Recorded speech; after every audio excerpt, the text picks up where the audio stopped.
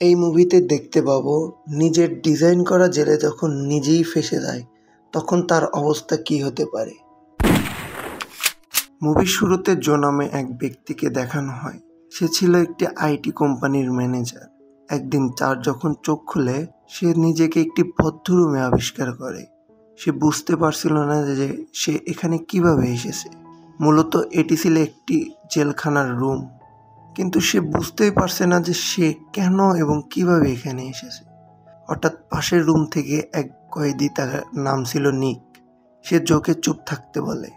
কোনোভাবে সে দিনটা কেটে যায়। পরের দিন সকালবেলা জোয়ের যখন চোখ খুলে তখন তার সামনে একটা এআই চলে আসে এবং তাকে জানায় এই জেলে বেঁচে থাকতে হলে তাকে কাজ করতে হবে এবং কাজটা কি সেটাও তাকে বুঝিয়ে দেয়। কাজটি মূলত ছিল তার রুমে থাকা একটি চরকি টাইপের চাকা ছিল, যেটা তাকে ঘোরাতে হবে প্রতিদিন।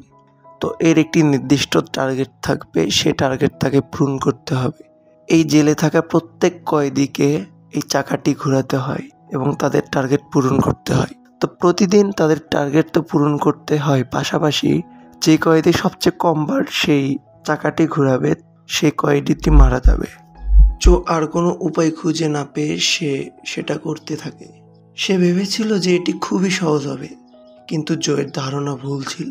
সে তার পুরো শরীরের শক্তিকে কাজে লাগিয়ে ঘোরাতে পারছিল না।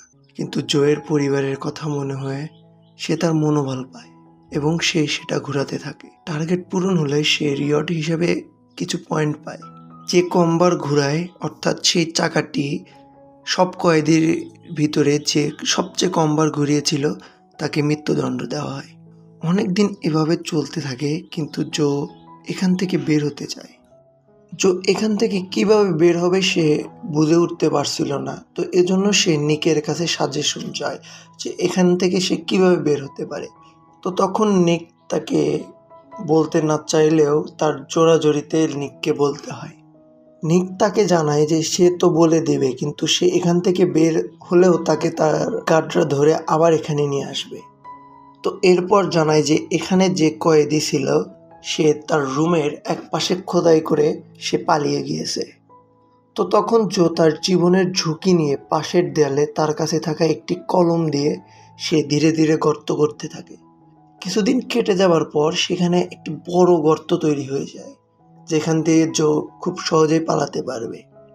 তো যেই কথা সেই কাজ, সে একদিন সেই গর্ত দিয়ে পালিয়ে যাওয়ার চেষ্টা করে, কিন্তু দুর্ভাগ্যবশত সেখানকার যে সিকিউরিটি গার্ডরা ছিল তারা তাকে দেখে ফেলে এবং তাকে আবারও সেই জেলে নিয়ে আসে। এবং নিক যেহেতু তাকে সাহায্য করেছিল এজন্য নিকের পাই কেটে ফেলা হয়। তো পা কেটে ফেলার পর নিক তার টার্গেট পূরণ করতে পারে না, এতে করে নিকের মৃত্যু হয়।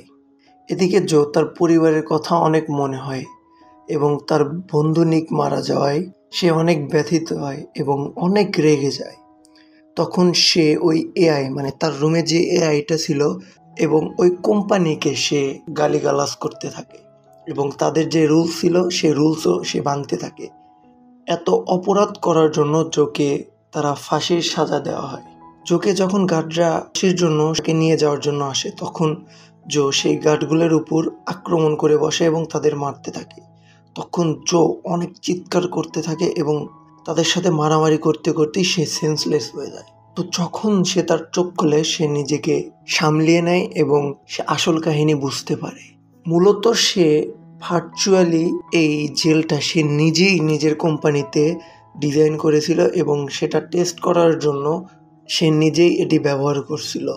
তো তখন জো দেরি না করে সে তার কক্ষে চলে যায় এবং তার স্ত্রীকে কল দেয় এবং তার স্ত্রীর সাথে কথা বলে তার মনটা শান্ত হয়। তো এখানেই এই সাসপেন্সের সাথে এই মুভিটা শেষ হয়ে যায়।